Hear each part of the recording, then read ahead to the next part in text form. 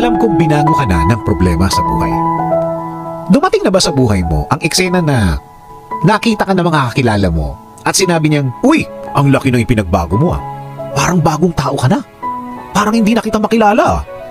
Yung parang nakatitig lang siya sa'yo o kaya sila sa'yo, yung akala mo parang sinig kang pinanonood nila kung paano ka magkwento at lahat ng kilos mo at salita mo, pinagmamasdan ka nila. Ganito naman talaga ang mga eksena sa mga reunion. O kaya yung mga dating kakilala mo na nagdesisyon kayong lumabas at magkita-kita.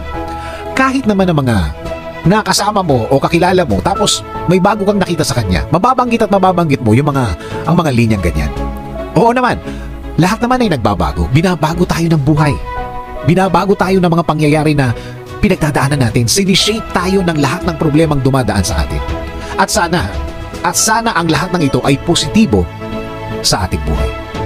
Nag-iba ang tingin mo sa buhay dahil naging malapit ka sa Diyos. Na siya na ang nasa puso at isipan mo, na mas seryoso ka na ngayon, na mas marunong ka na ng mga bagay na hindi mo akalain na matututunan mo. In short, nag-mature ka na sa pagharap sa buhay. Bago na rin ang behavior mo sa pakikitungo mo sa tao. Na mas nagugulat sila sa mga salita at kilos na kahit kailan, hindi man lang nila naisip na magagawa mo ang mga bagay na yan.